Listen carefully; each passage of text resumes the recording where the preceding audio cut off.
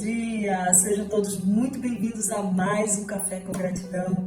Que honra estarmos reunidos mais uma manhã para glorificar o nome do Senhor. Já exalte a Ele, já levante a tua mão, já agradeça, já bendiga porque você rompeu, porque você viveu mais um dia para celebrar ao Deus a tua história. Deus tem algo lindo para manifestar nesse tempo.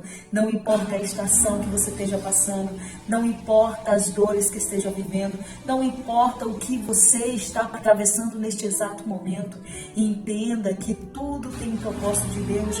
Em vez de chorar, lamentar, questionar ao Senhor, murmurar pelo processo, se alegre, porque logo, logo as promessas de Deus, a abundância de Deus, os milagres de Deus vão chegar. E pergunte para o Senhor, Deus, o que o Senhor tem com toda essa prova. Senhor, o que o Senhor quer me ensinar nesse tempo.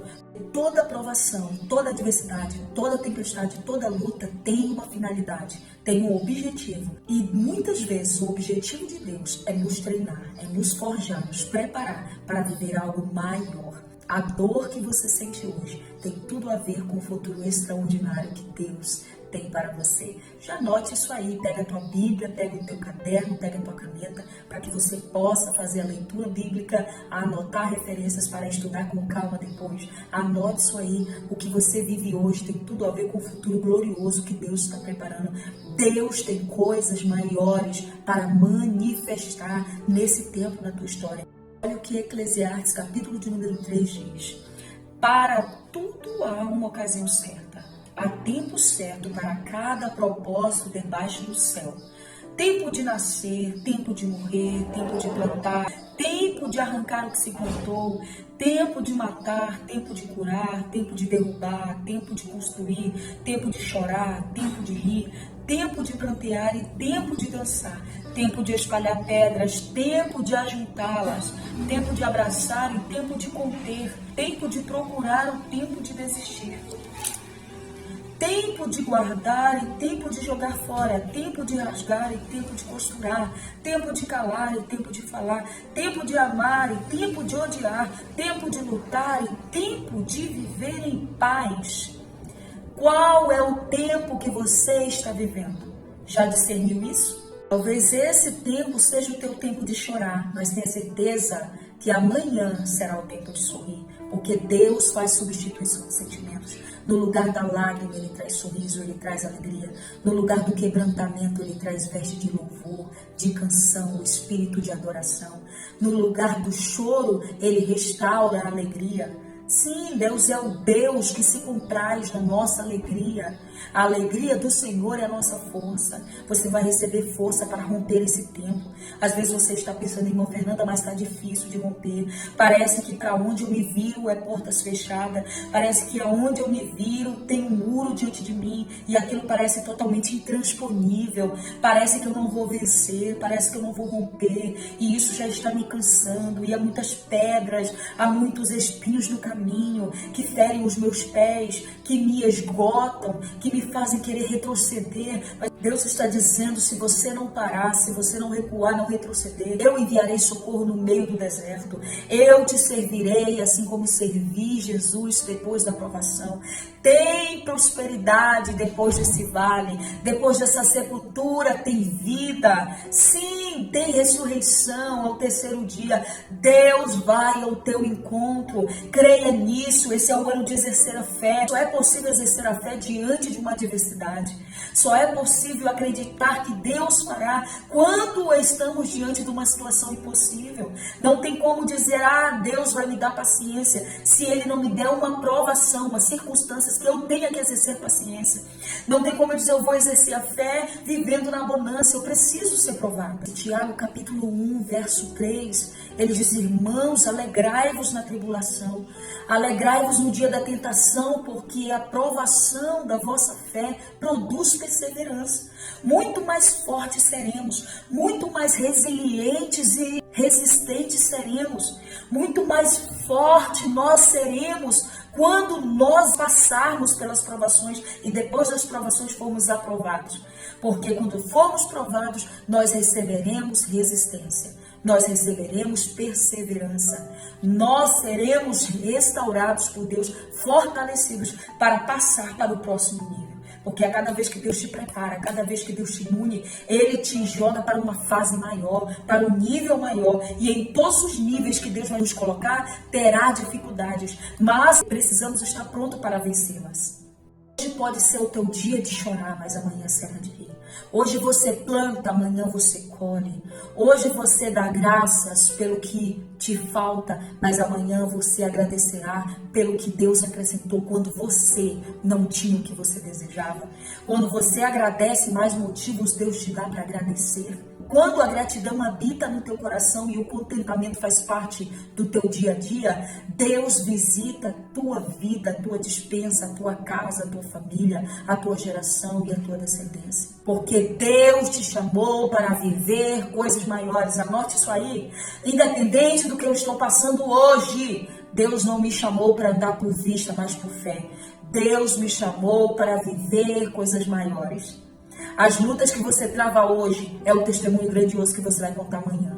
Eu quero ler contigo um texto que está em 1 Reis, capítulo 18, verso 43. A gente vai ler alguns versículos, mas depois você pode ler o capítulo inteiro para você ver o que o contexto está falando sobre essa história de um grande homem de Deus, Elias, que diz assim: vá, olhe na direção do mar, disse ao seu servo. E ele foi e olhou. Não há nada, disse ele. 7 vezes Elias mandou: volte para ver. Na 7ª vez o servo disse: uma nuvem tão pequena quanto a mão de um homem está se levantando do mar. Então Elias disse: vá dizer a Acabe, prepare o seu carro, desça antes que a chuva o impeça. Enquanto isso, nuvens escuras apareceram no céu, começou a ventar e chover forte, e Acabe partiu de carro para Jezreel. O que acontece é que em Israel, 3 anos e meio não chove sobre a terra. Deus mandou uma seca porque o povo estava apostatando. Os céus haviam cerrado porque o povo havia abandonado o Senhor e servido a outros deuses. Elias, segundo a direção de Deus, orou, o céu cerrou e não deu chuva por 3 anos e meio. E depois Elias subiu ao monte, ajoelhou-se em terra com o rosto no pó e entre os seus joelhos e orou fervorosamente ao Senhor. E novamente o Senhor deu ordem que choveria sobre a face da terra. E isso já estava confirmado no coração de Elias. E ele fala ao seu moço e ele diz: vai lá, olha lá, tudo que Elias queria naquele dia de oração era um sinal. Tem dias que nós estamos assim, desejando de Deus um sinal, pedindo a Deus um sinal. Se de fato Deus vai cumprir aquilo que Ele já falou no nosso coração. Elias disse: vai lá, olha para a banda do mar e vê se você vê alguma coisa. E o céu completamente limpo, sem nuvem alguma. E o jovem olha, não vê nada, volta. Elias disse: volte lá 7 vezes. O que Elias estava dizendo é: eu tenho certeza do que eu ouvi de Deus. E na 7ª tentativa, quando ele teve persistência, isso nos mostra que não devemos desistir facilmente dos milagres de Deus. Nós precisamos insistir, persistir, porque conforme a nossa persistência, Deus ele vai manifestar diante dos nossos olhos a resposta que nós precisamos. Elias tinha certeza da voz que ele ouviu. Quem sabe o moço pensava: ele está maluco. Como que vai haver chuva? Como que Deus vai mandar sinal se não chove há 3 anos e meio? Mas Elias tinha certeza do que Deus havia falado a ele, do que Deus havia dito ao seu coração, que ia manifestar naquele tempo, haveria chuva. E Elias só queria um sinal da parte de Deus. Não espere que pessoas que estão ao seu lado caminhem com você, acredita no que você ouviu, porque às vezes queremos que as pessoas estejam ao nosso lado e creiam no que nós ouvimos de Deus, mas Deus está dizendo: nem todo mundo que caminha contigo acreditará no que você ouviu.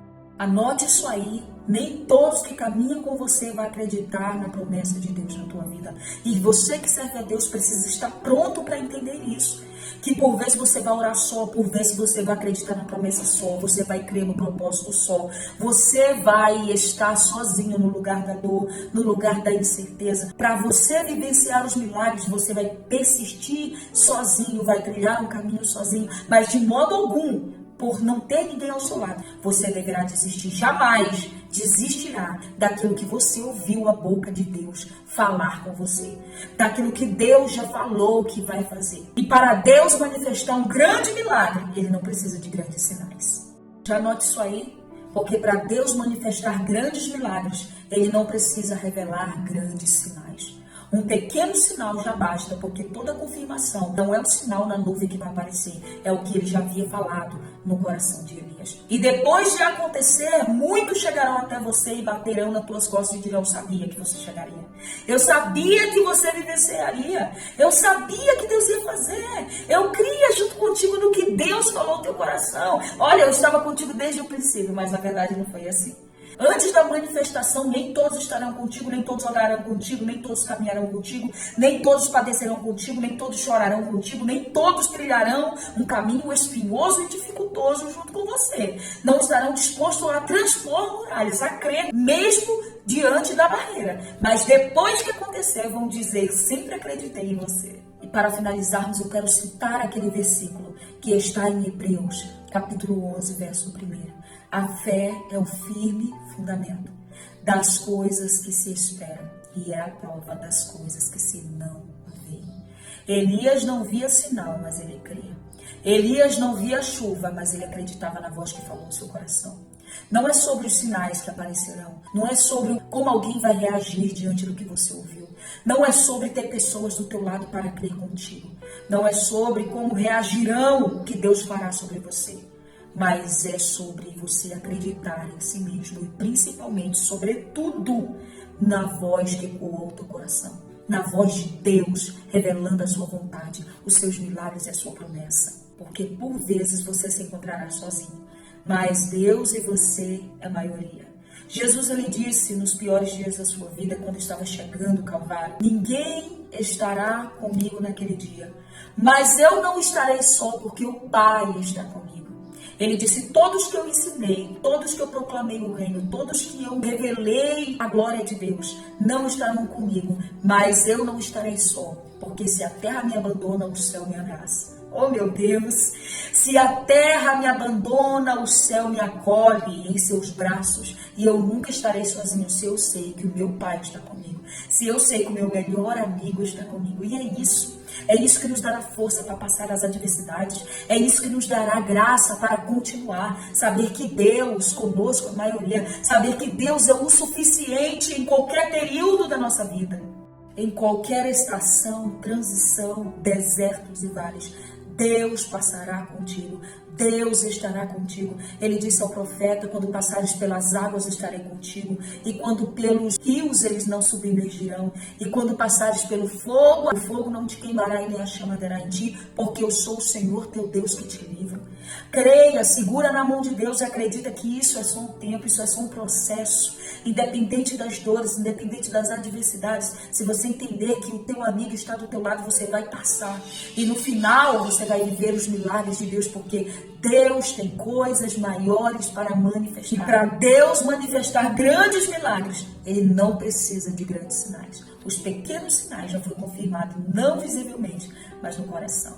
Pela fé eu abraço, materializo, concretizo e manifesto aquilo que ainda não existe, porque ela me dá o poder de acreditar antes de apalpar. Antes de ver, eu preciso acreditar que Deus já está manifestando no mundo espiritual e no mundo físico. Há um milagre sendo gerado para mim e para você. Pela fé, eu vejo o invisível, ouço o inaudível e acredito no impossível. Deus abençoe, compartilhe esse vídeo com mais amigos para que eles sejam movidos por essa fé sobrenatural que vai além de toda a compreensão humana, porque é o Senhor que nos sustenta e nos faz ver e apalpar, abraçar aquilo que ainda não existe. Deus abençoe e até o próximo Café com Gratidão.